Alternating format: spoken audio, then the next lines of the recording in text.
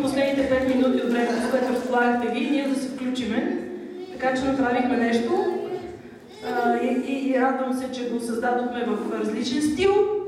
Така че да подчертаем многообразието, защото Бог е творец и Той ни е създал по нещо по-добри си подобие, ние сме уникални и различни. Така че това, което ще чуете сега, е в стил Шекспир. Шекспир.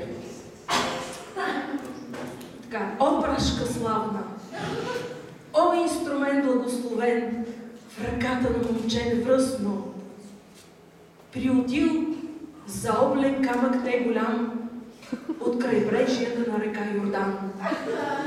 О, знаеш ли, прашке славна, от частта, която бе ти отредена, гигантън, мощен ти свали и с изстрел единствен победи.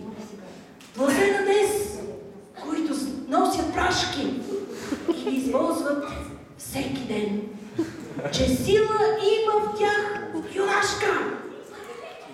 Говори всеки съблуден. С прашки. Благодаря.